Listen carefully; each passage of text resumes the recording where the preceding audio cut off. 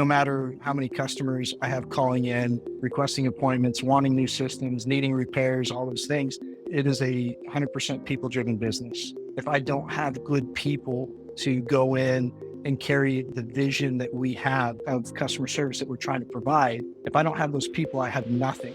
Welcome to The Boost, a podcast for home service contractors. We explore leaders and innovators in home services, their personal journeys, thoughts, and experiences with growth, marketing, and succession. We cover the good, the bad, the ugly, and its ultimate impact.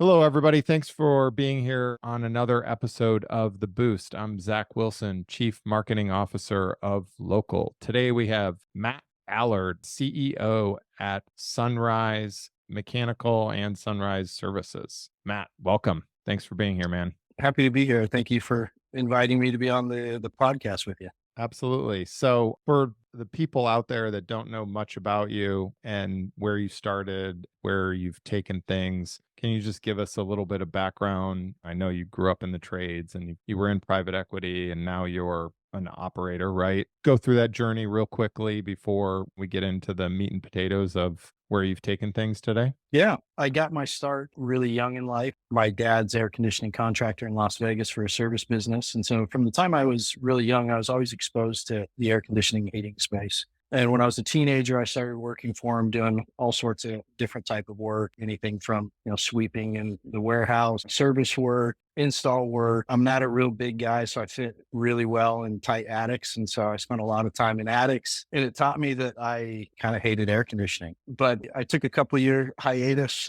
lived down in South America for 2 years. And when I was getting ready to come home, my dad reached out and said, "Hey, I know you don't like air conditioning so much anymore, but I'd like to put you in a sales position." And at the time, my dad and his business partner, they made an agreement that the only way that they would be willing to hire me was straight commission, because they didn't want to show any sort of preferential treatment being one of the owner's sons or anything like that. And so it was sink or swim. It was either I would excel and earn my money and have the option to continue to grow the company, or I would fail and walk away myself.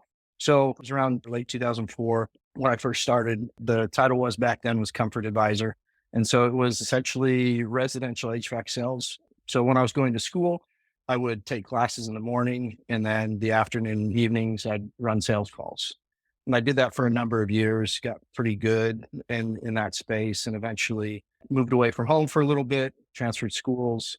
And when I was going to college up in Utah, it was kind of funny. I had all this free time, so I went to an air conditioning company to go work for.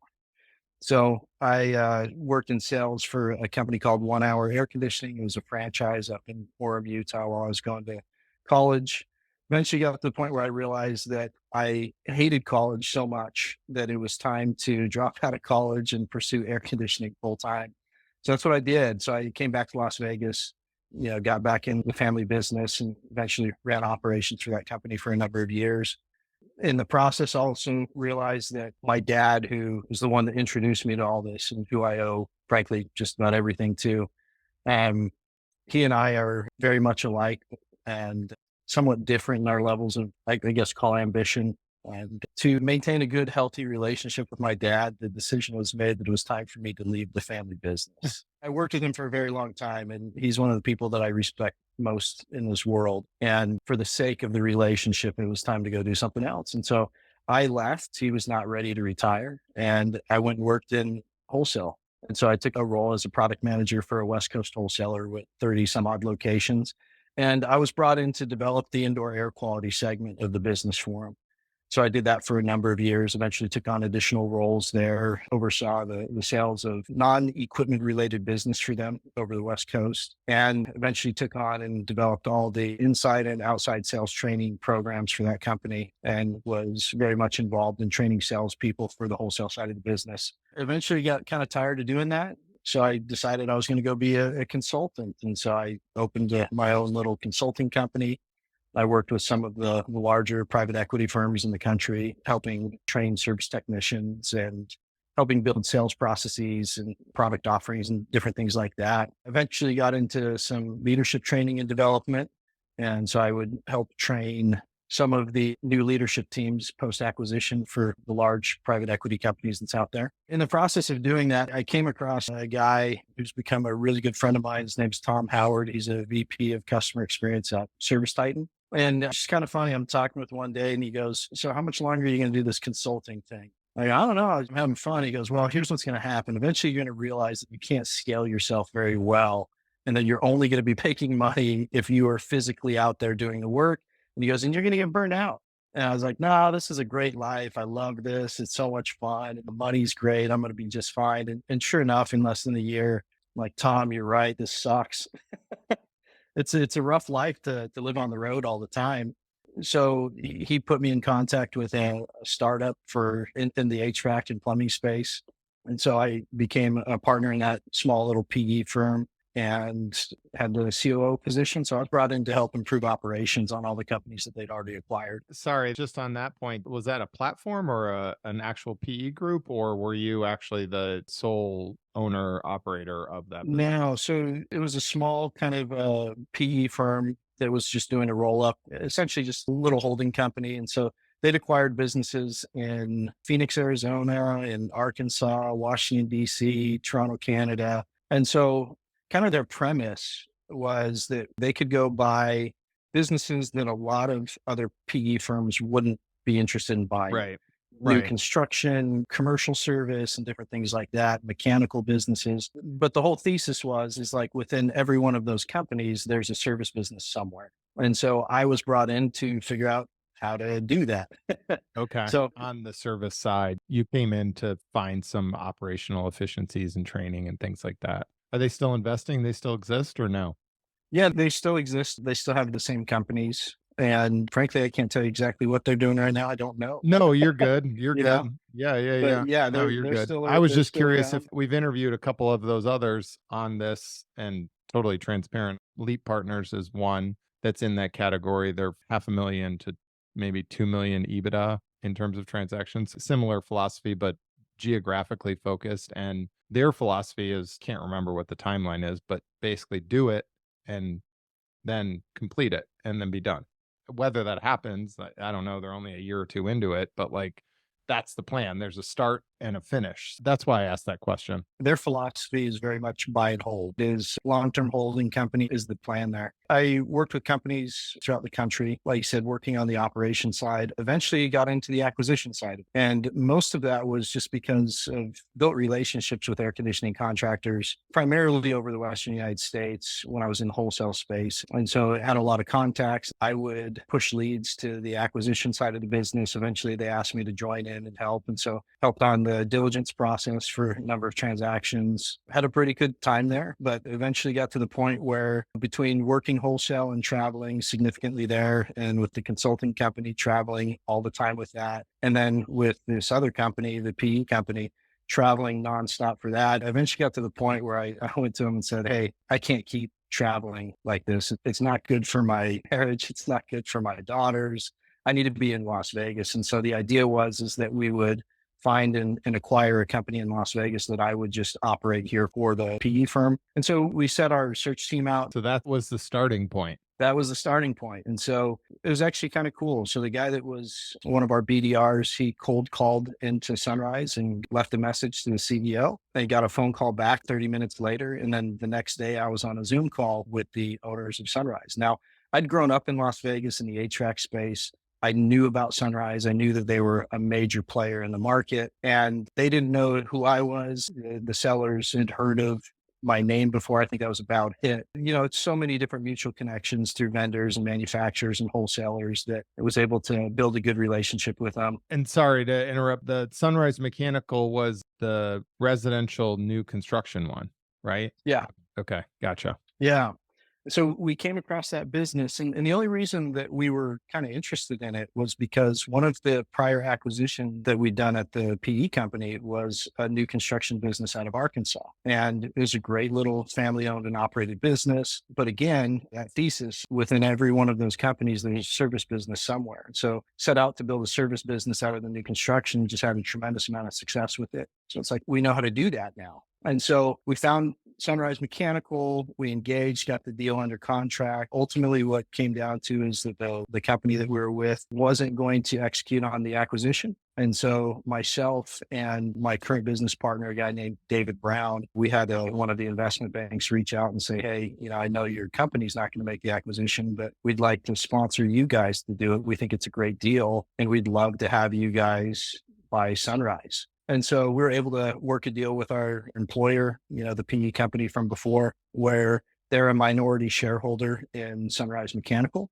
And so my business and partner and I hold the majority control of the business. And so we both left that private equity world. He was a controller for us at one of the operating companies, and then eventually worked in acquisition, my business partner. And then we decided to do the Sunrise deal. So we were given 60 days. The sellers basically said the deal fell through with your prior company. If you guys are going to close, you got 60 days. If you can't close in 60 days, we're going to put it on the market and hire a broker and everything. And so we both quit our jobs in private equity and we went full throttle to get the deal. And we closed in less than 60 days. We closed on the last business day of 2023 with, I think it was like 15 minutes left with the Fed being open for the wires to transfer. And so it was like, we got as close as you possibly could towards the end of the year. And so we closed that deal December 29th and took over operational control January 2nd.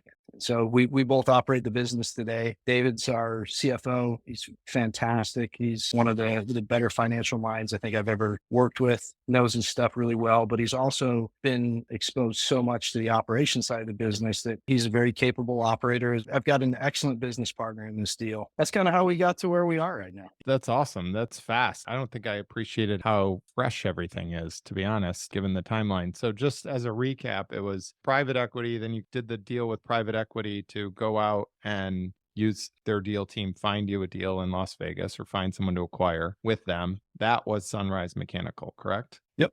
And that was end of 2023. So where does Sunrise Service come in? Yeah, is that an acquisition too? That was part of the deal. So the sellers, they owned both companies. Oh, and so gotcha. That makes more sense. So you have Sunrise Mechanical, which is residential new construction, and Sunrise Mechanical is the biggest player in that game in this market. And so just by default of doing so much new construction year over year over year, service company just naturally formed. Gotcha. And so they separated it, made it its own separate legal entity, Sunrise Service. And so part of the deal is that we were buying Sunrise Mechanical and Sunrise Service. Understood. I thought those were two separate deals and one was like rebranded or co-branded or something. So both of those businesses operate under Sunrise Services at Sunrise HVAC. Okay, got it. Today, I've got the mechanical shirt and hat on. And next week, I'll be wearing a service shirt and a service hat. The way that we've kind of got it set up is that the major appeal for the deal wasn't only just that it was a great new construction company. We felt that there was a tremendous amount of opportunity with the service business. The sellers were very, very effective operators in the new construction space. Neither one of them really spent much time on the service side of the business, kind of naturally formed and it just grew organically under a couple good people. And so the big focus from day one was like, don't do anything stupid with the construction business because it's an amazing company and it's such a well-oiled machine that's like, just don't screw that thing up. And then the service business was very much wildly under-optimized. And so like we can probably get the biggest return on our investment by doubling down in the service space and working to grow that immediately. And so that was the approach that we took from day one. Is mechanical, we kind of leave it alone. We improve some things on the purchasing side of the business, vendor agreements, things like that. But the big focus has been Sunrise Service. And that's where I probably spend 65 to 70% of my time in the service company.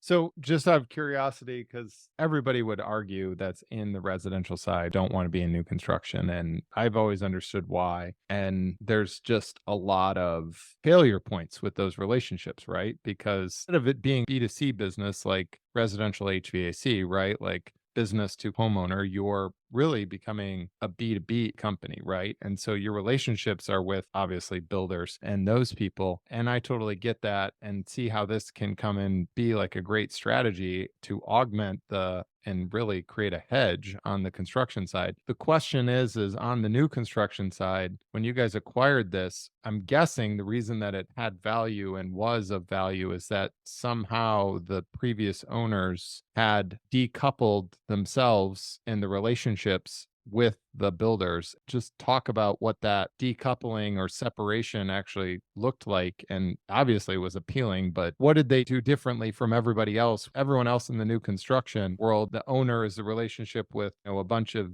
a GC or a builder or whatever. And as soon as that owner goes away, the value of the business evaporates, right? That's the risk everybody sees and that truly exists. So the people that we bought the business from, it's kind of a really unique story there with them. So Dave Hahn was a field foreman at the inception of the company, and Bonnie Hiltz, those are the two that we bought the company from. She was a CSR. And so over their lifetime at the company, they moved up and eventually took on management roles, eventually bought out the founders of the company and continued to grow the business. One thing that they did really well, they made sure that all of those relationships with the builders were not dependent on just the owner.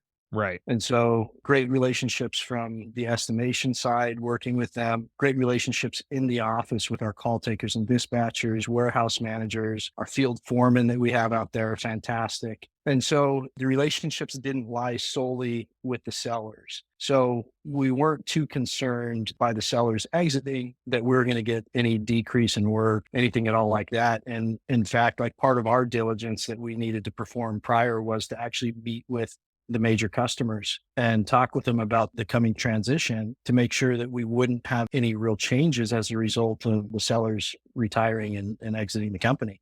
And so we felt really good going into it. It was actually kind of funny, like meeting with one of the biggest national home builders. They basically said, like, are you keeping your estimator? We go, yeah. And they go, all right, we're fine. It's like, okay, they love him. He's been so good to them. And that's where a lot of the relationship lied with certain builders. Other people would ask, you're not shutting construction down. It's like, no, we plan to continue to do this and continue to grow. That's a big portion of the revenue. We're definitely not shutting that down. It was really good that those relationships didn't lie with just one person. And it opened the door for myself and my partner, David, to be able to step in and start creating relationships with all of those national builders anyway.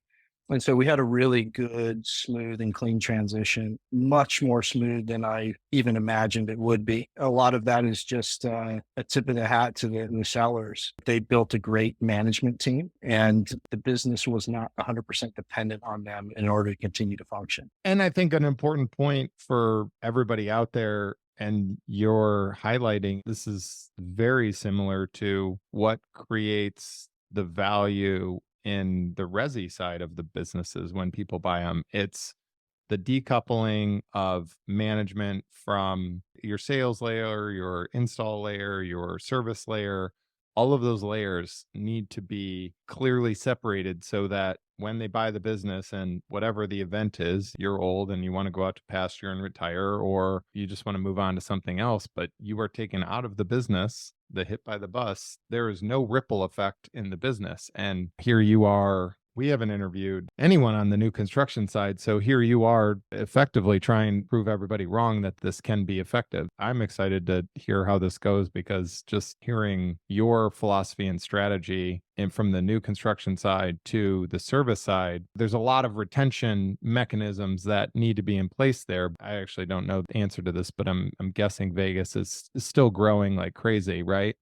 Yeah, we're still growing like crazy and we just keep winning and we're awarded jobs on a very consistent basis. We've got a really healthy backlog moving well into 2025. As long as we continue to build in Vegas, we're not going to have any issues. But we also, when we structured the deal, the terms, everything around it, all of our projections in terms of like debt coverage were very, very conservative. So we were making sure that if the market did take a dip, we could lose 50% of our production and still be in a good position.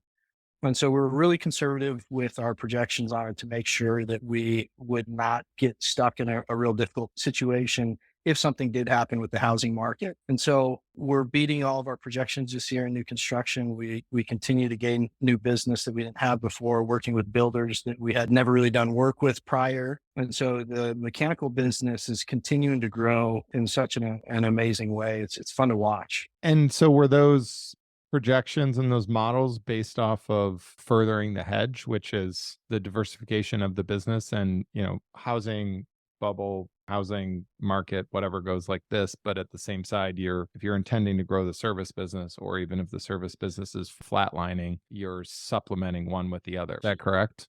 Yeah, the service business is a really great lever to de-risk the construction. So like bigger and more production that we get out of service, it makes the construction business feel less risky. Our national builders that we work with, we're not working with like small regional builders that are building just a few homes. We're working with publicly traded national home builders. Who's out there? Pulte? So we don't do anything with Pulte, but we do Lennar, DR Horton, KB, Beazer, like a bunch of those publicly traded national home builders are our customers. And we can also look at the amount of land that they're purchasing here too, to give us additional guarantee that they're going to continue to keep building, and got great relationships with them too, that they'll share their forecasting with us. So it's like we already know how many homes these builders are going to put in the market in the next 12 to 18 months. Oh, wow. That's huge. Yeah.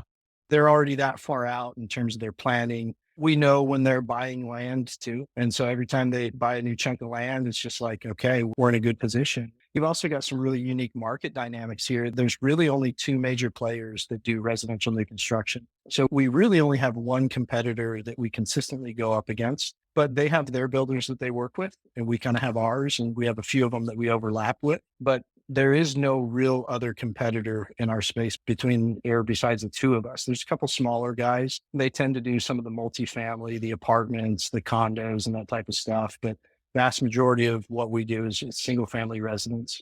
Gotcha. Did I hear this wrong, or did we maybe gloss over this? Is there also a part of the business where you're dealing with really large custom homes? Is that somewhere else?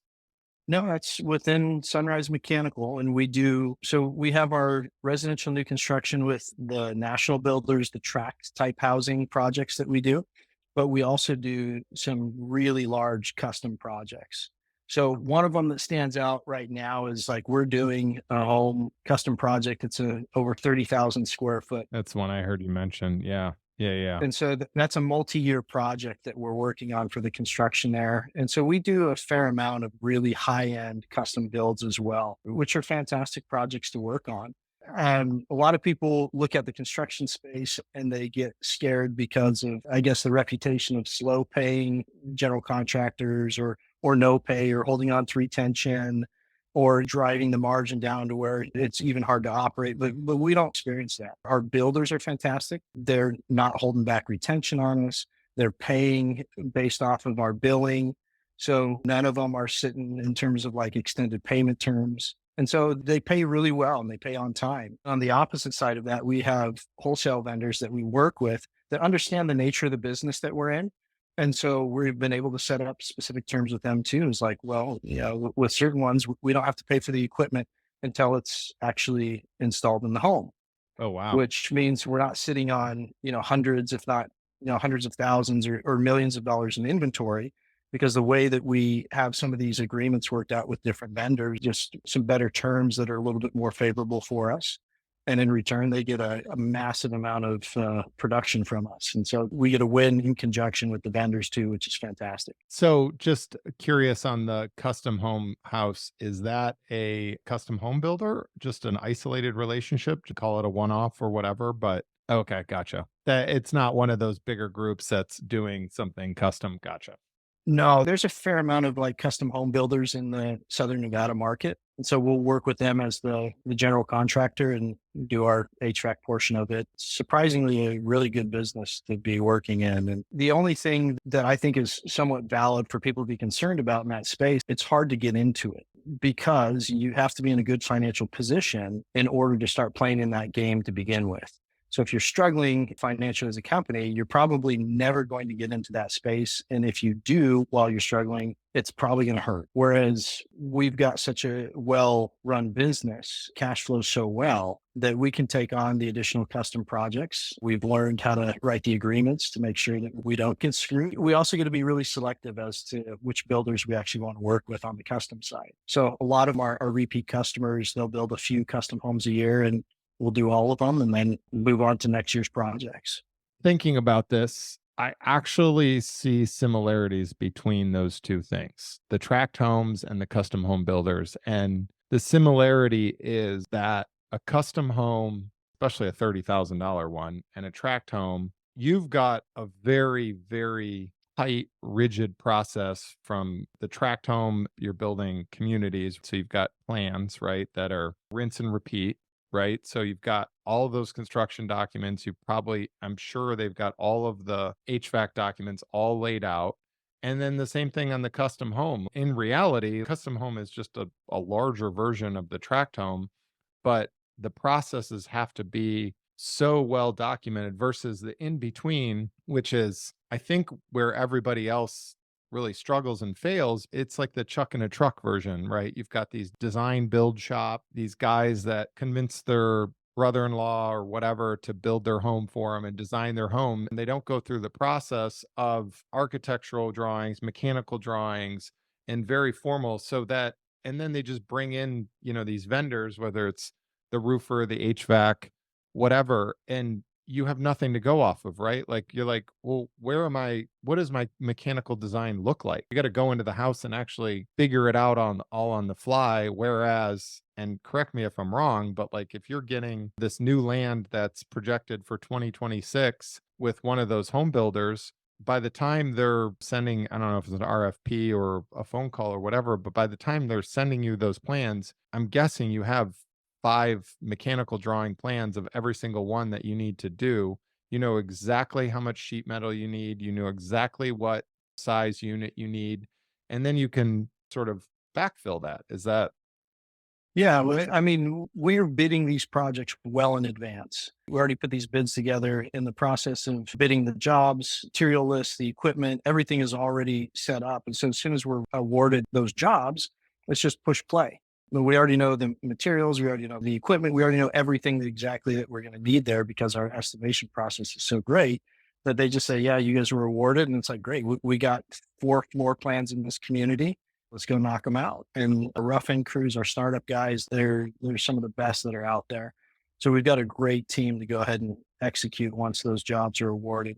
So let's talk numbers. And I think, because this is always another easy, low hanging fruit for the residential guys on the new construction side to pick at, is your gross margins, your net profit, right? Starting on the service side, everyone knows, and apples to apples, where are you running that? Is that not as efficient as where you want it? 15 to 20% net profits, et cetera. Are you in that sweet spot? Are you above, below? Where do you want to go with that?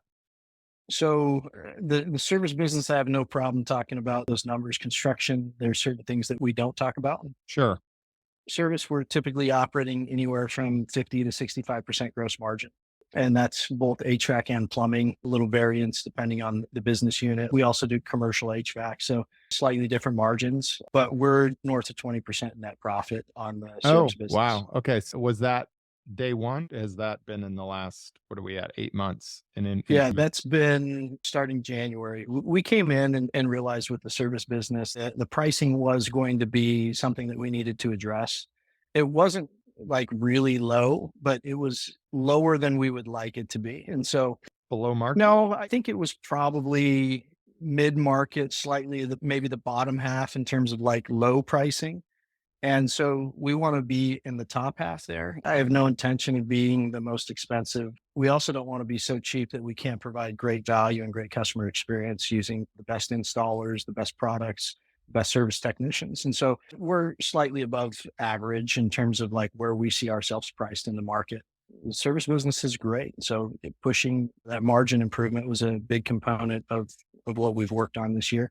We're still not exactly where I'd like to be. I'd like to be able to add a couple more points to that EBITDA margin. It's just going to come through refining our processes, slightly increasing prices just a little bit more. And I think we'll be priced exactly where we need to be in order to achieve our goals. I know you already said this, but is there anything that you can or offer up on the commercial side that's not revealing the curtain or opening up the curtain? No, all I'd say to that is there's an endless amount of HVAC service contractors out there that our construction business probably performs better on in terms of gross margin and net profitability.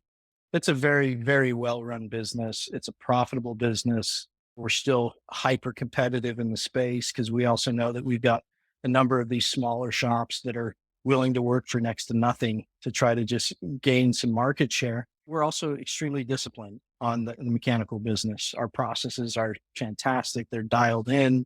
Everybody knows their role. And so everybody gets to work together pretty consistently and have great performance as a result of that. As a segue, then, I mean, I can imagine how this looks, right? New construction, how your pathway for customers and customer acquisition, right? If you're in new construction and you're doing things, I would even say just halfway decently in terms of marking machines, thermostats, that type of stuff, your customer acquisition has got to be crazy low, right? Unless you're out in the market doing actual traditional customer and trying to acquire customers on the service side, traditional means, but just isolating that. Actually, do you know what that number is, your customer acquisition cost with just as it pertains to the new construction side from the service side? I'll share with you how I look at this. So we have all of these new homes that we're building. The goal is that we capture every customer's information because there's all sorts of products and services that we can market to them, even with it being brand new home. So time out, time out. So how are you doing that? Because I'm imagining you're going into a development and community. You're responsible for building out that community. Is that part of your agreement, or what point are you actually getting the homeowner's information? Every house that is built that we put air conditioning in, all of that air conditioning comes within a 5-year warranty from the manufacturer as a default. So all the parts are taken care of about 5 years. If the homeowner will take the model and serial number off of their equipment and register that online with the manufacturers, it takes that warranty from 5 years to 10 years. So it doubles their warranty just by going in and registering the equipment. And so what we focus on doing is working with the builders to help in that process. So when a house closes, the consumer has 60 days to register that equipment in order to double the warranty on it. And so we have communication with them pretty consistently. We get the list of who the new homeowners are by lot. And so we can go in and change their information in our CRM. So it doesn't show the lot 35 from some national builder. It is, Mr. and Mrs. Jones at this new address. And so we can acquire their name, their phone number, their email address, and throw that into our own database. Gotcha. Gotcha. That's a big advantage that we have that most other people just don't have, is that we have the potential and we're working through these processes, trying to get them better and more dialed in and in place with every single builder so that we can acquire the customer information on every single house that we do for new construction. That's the goal. As soon as we have that, we have the potential of adding upwards of a realistic number, may be doing close to like 50. We're probably pacing 56 to 5,800 homes this year on the new construction side. Even if we just acquired 50% of those, the customer information, that's leaps and bounds ahead of how many new customers most of our competitors are going to acquire in any given time period. Just to break that down, you're feeding your service business 3,000 leads plus or minus, or first party data that took you $0 to acquire. It's the behind the scene process. So yeah, that's amazing. Yeah, that's incredible. Yeah, so we have that, which is, it's an anomaly in the market, which means our cost of customer acquisition is considerably lower.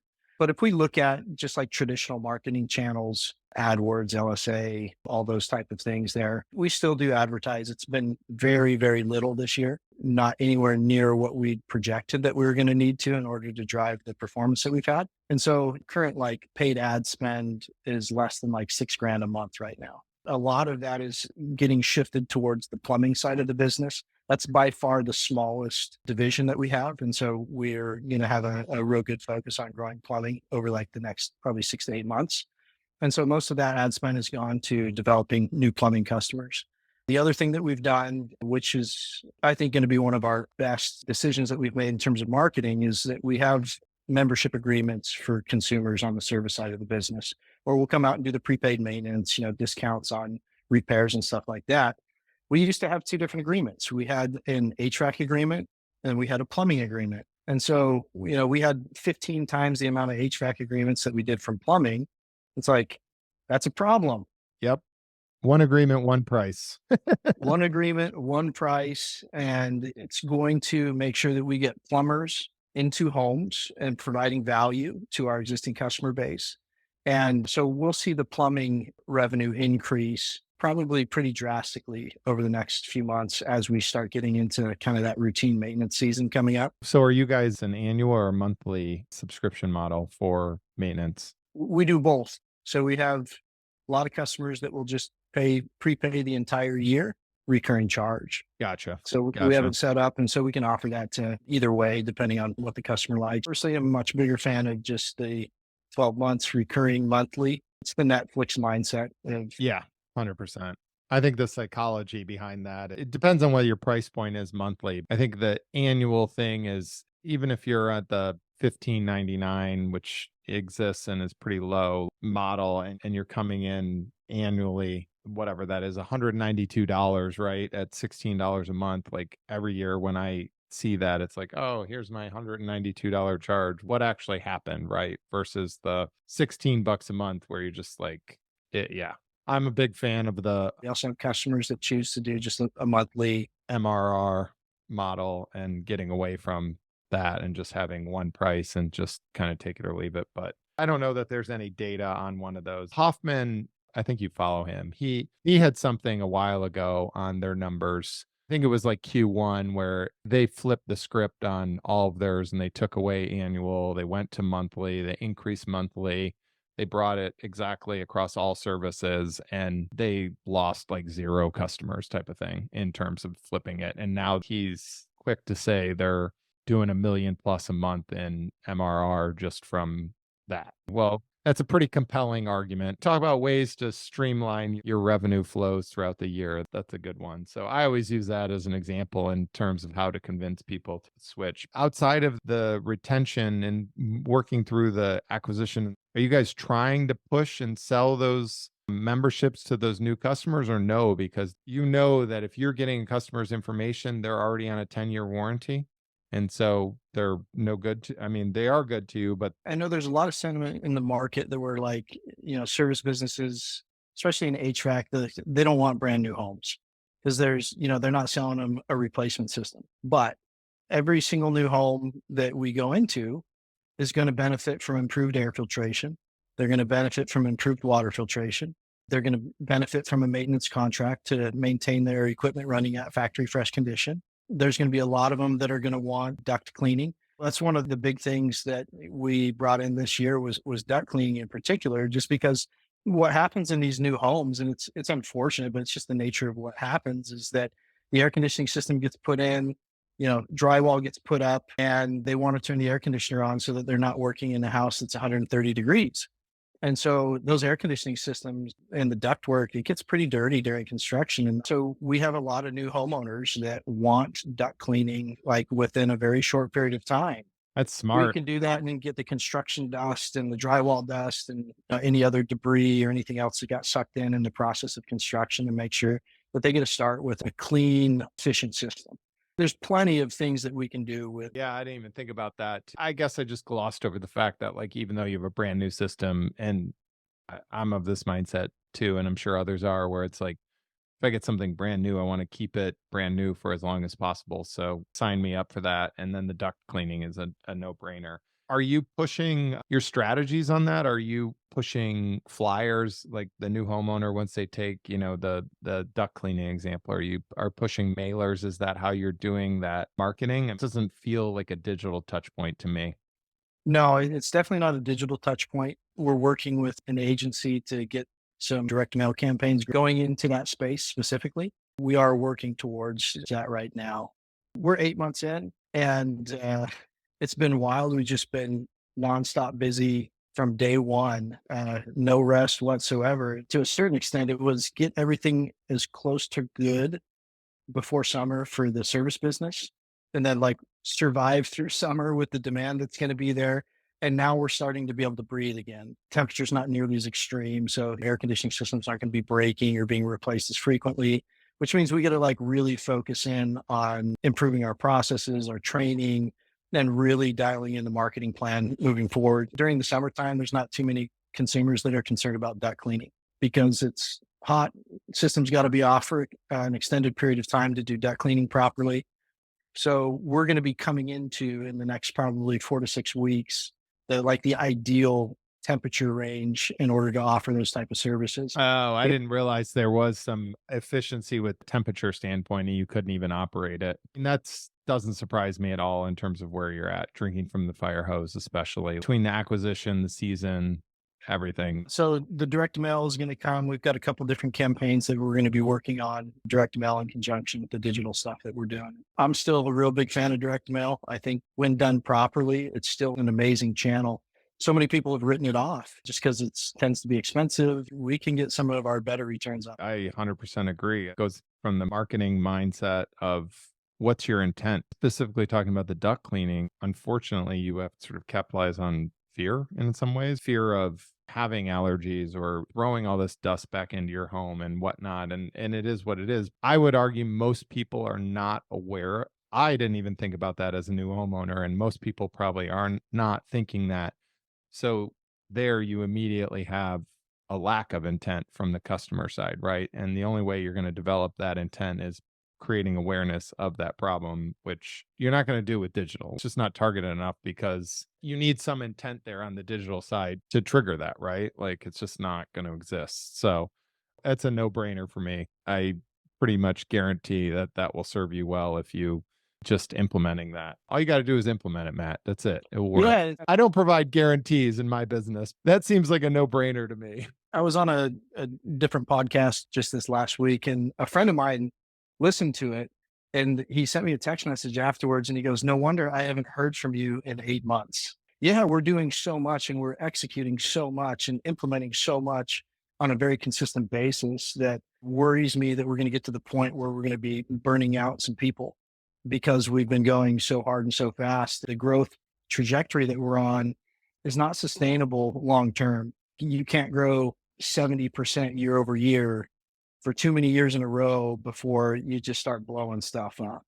And so we've got to be careful and take a fairly measured approach in terms of how we're going to grow and how rapidly and what areas we're going to grow and what levers we're going to pull to get there.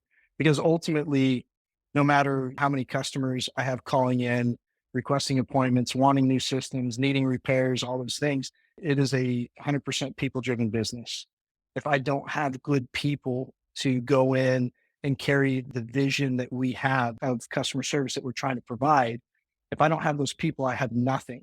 And so all of the decisions that we make, even around marketing campaigns, if this takes off like we think it will, or like we're projecting it to, what is the impact to our people as a result of that? Does that mean I'm going to have guys that have been working 50, 60, 70 hours a week for the past 12 weeks? All of a sudden, they're expecting to see a little bit of a slowdown this time of year, and we just keep pumping it for them. Eventually, we're going to break people if we're not careful with that. And that's like one of the hardest things to balance is like, you want to provide an environment where they have opportunity, because most of our competitors this time of year, they drop off and these techs don't work oftentimes for a couple months. Then when it gets cold, they'll get back to work. Our goal is sustain consistent growth month after month after month, regardless of what the climate is, regardless of what the season that we happen to be in.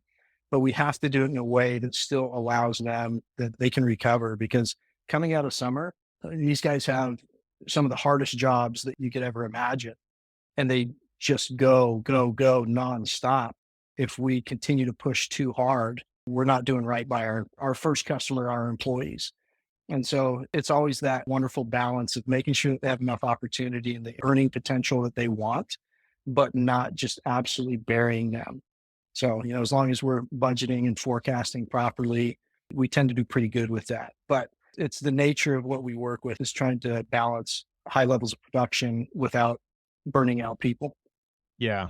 Yeah, I would agree with that 100%. And just caveat that with, I do believe that if you're creating the right incentive structures, performance pay, right, like then it gives people the ability to sort of work as hard as they want to work, right? That's the difference. If you're not paying people well and they're not given the opportunity to earn what they feel they're worth, or whatever they want to earn, whether that's $10,000 a year or $1 million a year, whatever your ceiling is, or you feel like your ceiling is, and you want to earn, if you're well below that, that's when that happens. And there are, you're 100% right. Like there are exceptions to that where the person that's making seven figures a year is miserable and they burn out and they just quit, right? Those are few and far between. Like most people are going to like, yes, if I'm given the opportunity to earn for myself and provide for my family and create whatever I consider as wealth, right?